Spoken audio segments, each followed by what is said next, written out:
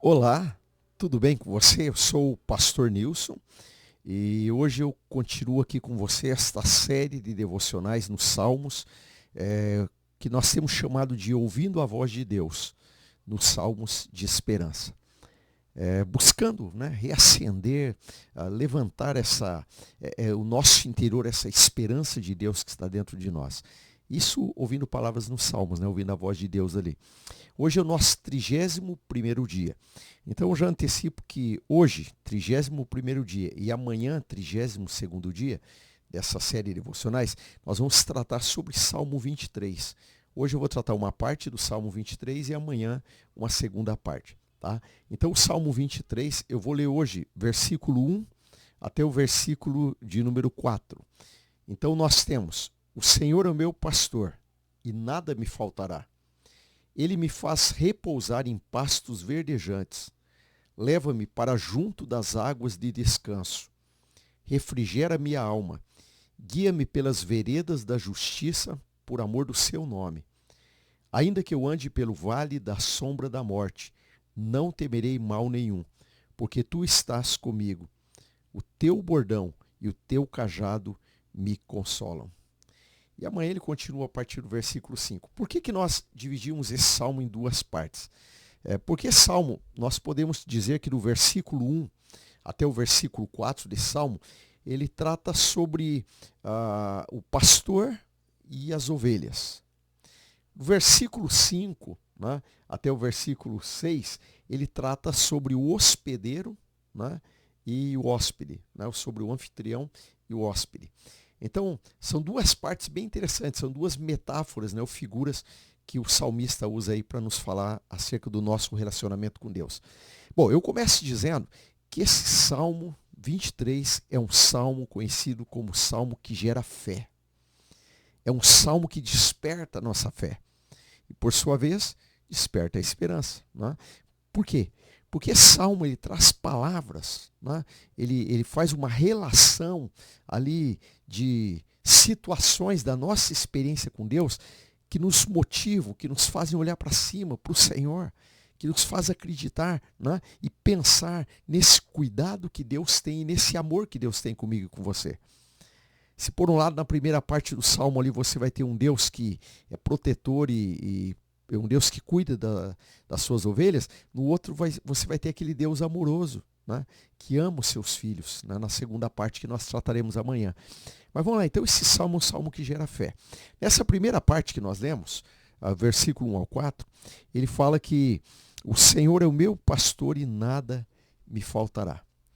Então ele já começa, né, dizendo aqui que nós temos um Deus que trata conosco individualmente. Então ele não fala que o Senhor é o nosso pastor e nada nos faltará. Né? Porque eu estou aqui conversando com você que está participando desse momento devocional. Ele é o nosso pastor, sim, nada nos faltará. Mas o texto aqui me chama a atenção por uma relação individual. Fala, o Senhor é o meu pastor, nada me faltará.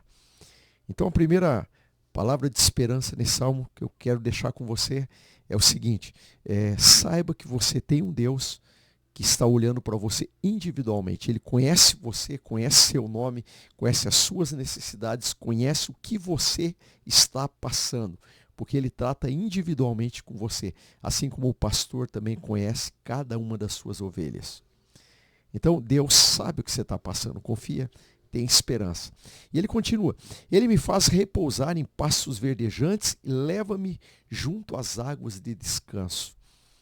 Aqui ele mostra um Deus que está dizendo que ele vai te colocar em pastos verdejantes. O que significa esses pastos verdejantes?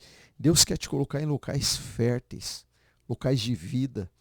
Deus não quer te colocar em lugares sem vida, lugares onde não há esperança.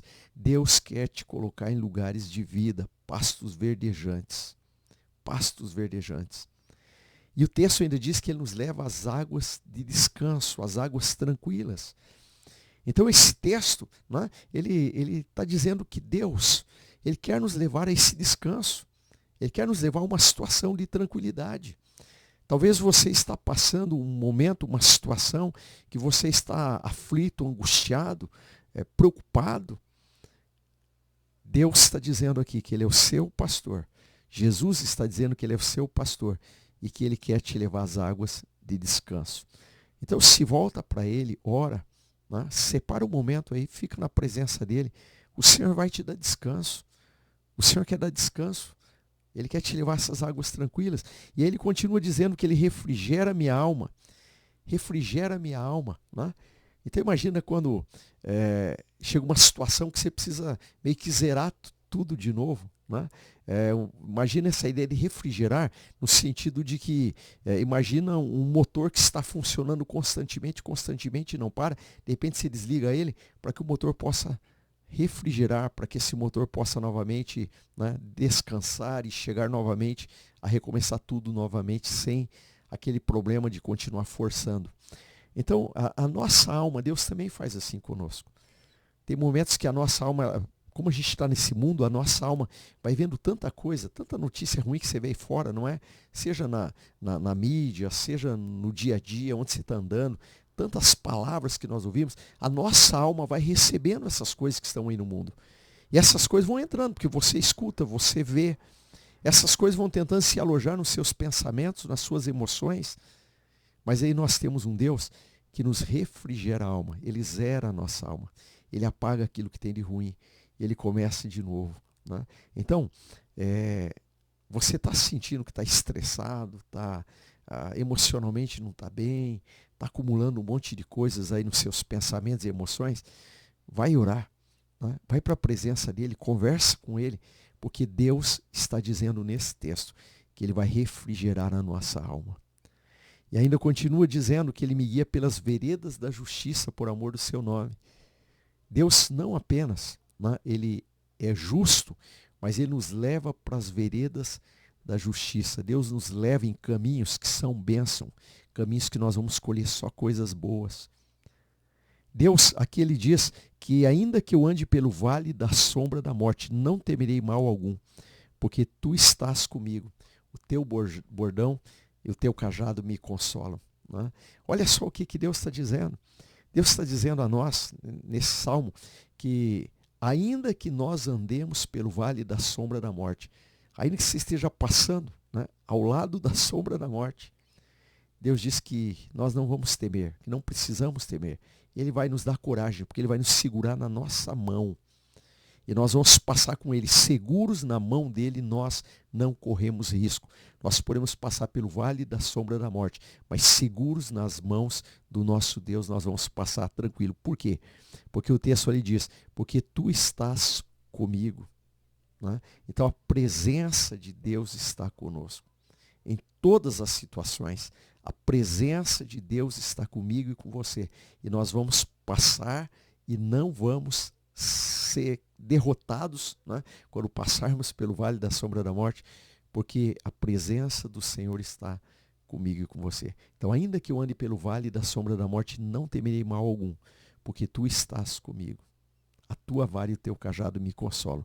Então Deus, além de nos proteger com a presença dEle, Ele vai tirar o nosso medo, Ele vai nos dar paz, Ele vai nos consolar, Ele vai mostrar que Ele está presente conosco nesses momentos. Recebe essa palavra, né? Pensa nesse salmo. Né? A gente pode ficar horas falando desse salmo, mas é só esse momento devocional para você pensar e refletir e se encha de fé, se encha de esperança, porque esse é o nosso Deus que está tratando comigo e com você, cada um de nós individualmente. Então tenha liberdade porque Ele te ama e Ele quer cuidar de você. Amém? Amanhã nós continuamos.